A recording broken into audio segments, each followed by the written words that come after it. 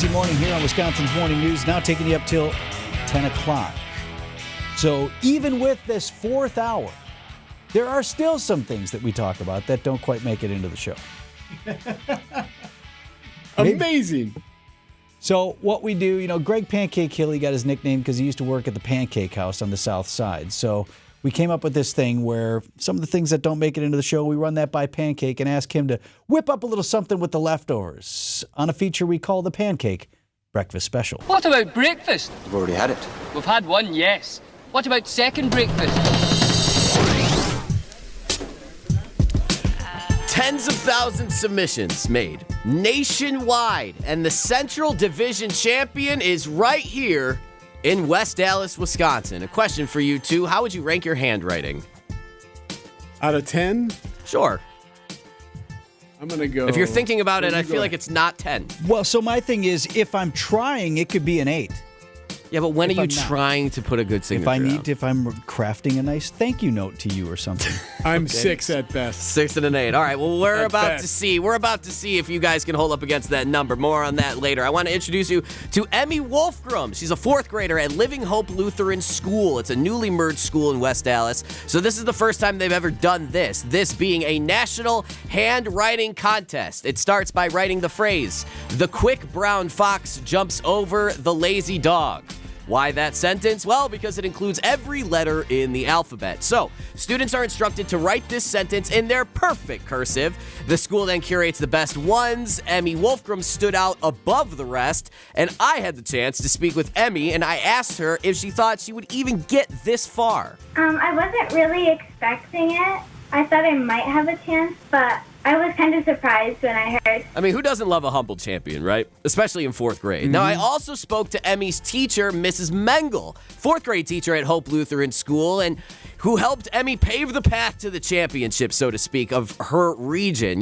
Cursive isn't typically taught in schools anymore, so I asked Mrs. Mengel about that. I know I'm very sad about that, but I'm very proud that we have a winner for doing cursive because it's a special thing, and I think it's important that our schools are still teaching that. Okay, so I know what you're thinking, right? It's just handwriting. No. Handwriting's nothing to shake your pen at. You know what I mean? Especially cursive. I also spoke to Amanda Stedke, who's the VP of Product at Zahner Blozer, who is part of this competition. They host this national thing. It's the firm that puts it all together. She explains the importance of cursive. The research shows, right, that the ability to write by hand, it improves academic outcomes, and ultimately, you think about it's almost becoming a lost part of our language. So many of our historical documents are written in cursive. So I never thought about that. Like, imagine not being able to read historical documents just because cursive goes away. It's like there's some implications there, right? As for the importance of neat handwriting for a teacher. Well, being a teacher, seeing people's homework assignments, it makes a huge difference if their handwriting is good or not. So from historical documents just to submitting your homework, cursive's important. Now, you guys said a 6 and an 8 respectively on the live stream. If you text WATCH to the WTMJ Talking text line, 855-616-1620. Here is our champion, Emmy Wolfgram's 4th grader, by the way, cursive. Look at that. That's beautiful. Describe what you see. That's flawless. John Hancock would blush at that. Now, what we're going to do... It's got the nice left-to-right curvature and like as well. the italics, but kind of not. Like, how can a human make italics like that? It almost looks phony. It almost looks like it's AI written. Completely legit, and you know this because I asked Mrs. Mengel to take Emmy's signature. She did it right there in the interview, so this is as good as it gets. Now, how does it compare to your signatures, everybody? Here'd be Vince Vitrano's compared to a 4th grade signature.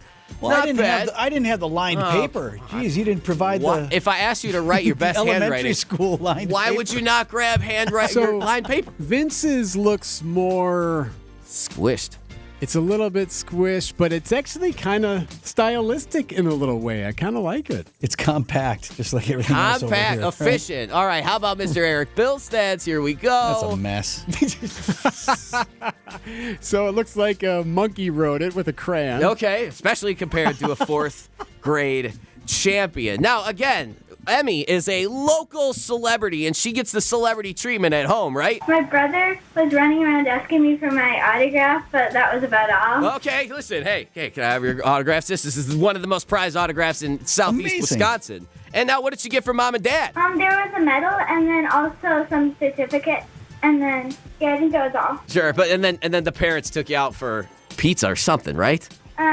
I don't think. Oh, Yeah. come on, Mom and Dad. Come on. Okay, take you out for anything? Can we get Emmy something? I mean, goodness gracious, Mom. Yeah, that's a Culver's stop Hook at me least, up right? at least. Yes, A Tops, that's what I'm saying. little Red Robin. So here's one of the best parts. I asked Emmy with her talents what she wants to be when she grows up. I kind of want to be an architect. I did not know what an architect was when I was in 4th grade. So this is a bright student in our very own backyard. We're proud of Emmy Wolfgram, our local handwriting champion, representing West Allis, Wisconsin.